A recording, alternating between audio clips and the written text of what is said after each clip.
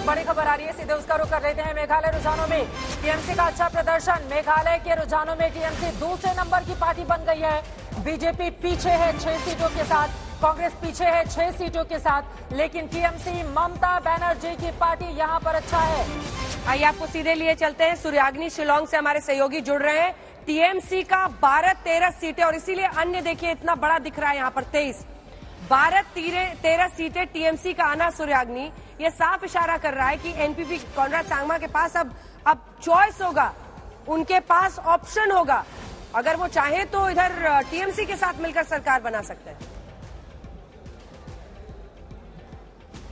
देखिए, लेकिन आपको ये भी समझना होगा कि टीएमसी जिसके खिलाफ लड़ रही थी मोस्टली वो कॉनराड सांगमा और उनकी पार्टी थी, तो क्या वो ऐसा करेंगे वो भी सामने देखने में आएगा। आज अभिषेक बैनर्जी खुद आएंगे कुछ देर बाद यहाँ पर शिलोंग में, और यहाँ पे रहेंगे और जितने भी विधायक जीतेंगे उनके साथ वो बातचीत भी करेंगे, ऐसा सुनने में हमें सूत्रों की तरफ से आया है। और इसका बहुत बड़ा एक इंडिकेशन है कि कितना सीरियसली तृणमूल कांग्रेस इस राज्य को वो लोग ले रहे हैं, क्योंकि अगर अभिषेक चाहते तो वो शायद त्रिपुरा भी जा सकते थे, लेकिन वो मेघालय आ रहे हैं, क्योंकि शायद उनको भी अंदाजा था कि यहाँ पे ही शायद एक बहुत बड़ा खाता खुल सकता है तृणमूल का, और वैसा ही दिखने में आ रहा है कि 11-12 तो उनको अभी तक है सामने तक। ठीक है, बने रहिए सूर्याग्नि। आपको लग रहा है कि टीएमसी के साथ अलायंस वो नहीं करेंगे, उनकी पॉलिटिक्स को डैमेज करेंगे? टीएमसी और कॉनराड सांगमा के बीच अलायंस इसलिए नहीं होगा क्योंकि टीएमसी को मेघालय में हेड कर रहे हैं मुकुल संगमा, और मुकुल संगमा और कॉनराड सांगमा एक ही प्लेटफॉर्म में कभी नहीं आएंगे। हाँ, ये हो सकता है कि टीएमसी के मुकुल संगमा के फैमिली के जो एमएलएज है उनको छोड़ के बाकी लोग आके कॉनराड सांगमा के साथ जुड़ जाए। तो मुझे जहां तक दिख रहा है, ये बीजेपी को उम्मीदें रखनी ये फाइट तो टीएमसी और एनपीपी का ही था और होगा, लेकिन आखिर में सरकार तो एनपीपी और बीजेपी और बाकी पार्टी मिलके बनाएंगे। ये फाइट में इतनी मजबूती से टीएमसी कैसे?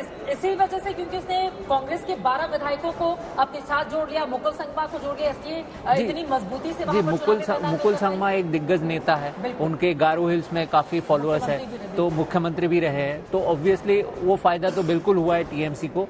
टीएमसी को कांग्रेस के इंफ्रास्ट्रक्चर मिला है जो मुकुल संगमा के फॉलोअर्स है, और साथ में अभिषेक बैनर्जी गए बंगाल से, आईपैक टीएमसी के कैंपेन चला रहे हैं, तो काफी मजबूत कैंपेन चला है, लेकिन फिर भी इतना अच्छा नतीजा नहीं मिला। टीएमसी को 15 सीट भी नहीं मिलेंगे, तो मैं इसको अच्छा नतीजा नहीं मानूंगा। आईपैक को आप फिर क्रेडिट दे रहे हैं? नहीं दे रहा हूं मैं बोल रहा हूं कि आईपैक गया बंगाल से, अभिषेक बैनर्जी ने कैंपेन चलाया, और ये एक्चुअली टीएमसी के लिए एक एक्सपेरिमेंट था। गोवा, त्रिपुरा, अब जाके मेघालय में। संजय जी, मैं कह रहा था कि अगर आप तीनों राज्यों को देखें तो टीएमसी के लिए स्वाभाविक तौर से त्रिपुरा पर फोकस करना चाहिए था, क्योंकि एक ही भाषा बोली जाती है, बांग्ला दोनों जगह बोला जाता है, लेकिन उन्होंने मेघालय पर अगर फोकस किया, उसकी कोई वजह रही होगी, और वजह यही थी कि कांग्रेस का जनाधार खिसक कर टीएमसी के पास चला गया था।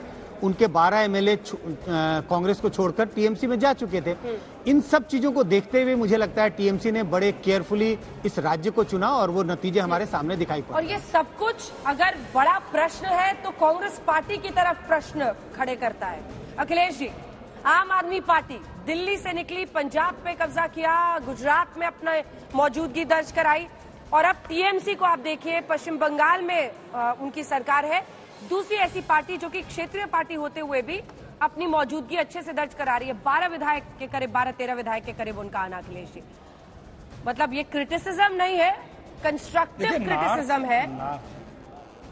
सवाल है कि क्या बेहतर किया जा सकता? देखिए ना, उन्होंने मुकुल संगमा को शामिल किया, ममता बनर्जी वहां बार बार जाती रही, मेघालय में उन्होंने फोकस किया, अचीव किया। देखिए, सारे लोग बेहतर साबित करने के लिए प्रयास करते हैं, और उसमें जितना हो सकता है अपने बल बुद्धि विवेक से उसका प्रयोग करते हैं। परिणाम आने के बाद पता लगता है कि किसका विवेक बुद्धि फायदेमंद रही, ये अलग बात है। कोई जब चुनाव लड़ता है तो ये अपने नुकसान के हित के लिए लाभ लक्ष्य करके नहीं चुनाव लड़ता है। ये जरूर है कि अभी जो रुझान सारे आ रहे हैं उसमें हमारे अपेक्षा के अनुरूप नहीं है, लेकिन ये भी सत्य और तथ्यात्मक है कि इन 3 राज्यों के चुनाव से देश का मूड नहीं भांपा जा सकता। हाँ, ये जरूर है कि इन राज्यों में हम और बेहतर कर सकते थे। जिस तरह से मेघालय में ही अखिलेश जी, मेघालय में ही राहुल गांधी ने बी टीम कहा था ममता बनर्जी को, बीजेपी का, मेघालय में ही एक जगह वो गए तीनों राज्यों में से, और वहां पर उन्होंने ममता बनर्जी को, जिस पर टीएमसी बहुत आग बबूला थी।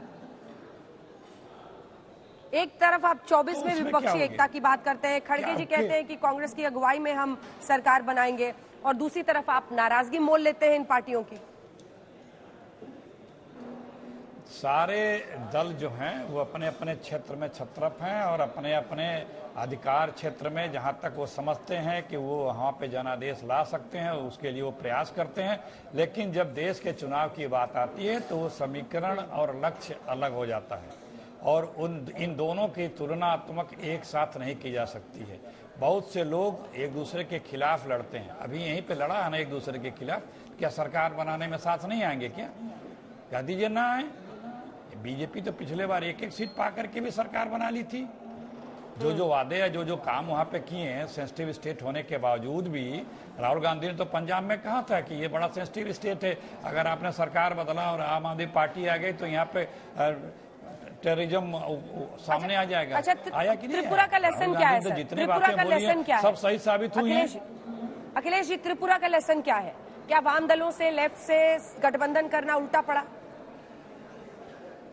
मैंने आपसे कहा कि परिणाम आने के पहले हर कोई बेहतरी के लिए ही अपने लक्ष्यों को साधते हुए अपना एक कोलिशन या अपना जो पब्लिक के बीच में एजेंडा है उसको रखता है। परिणाम आने के बाद असलियत पता लगती है, फिर उस पर आदमी विचार करता है कि कहाँ चूक हुई, कहाँ नहीं चूक हुई, कैसे आगे क्या होना चाहिए। ठीक है, ये सीख तो मिलती है और मंथन की जरूरत है भी।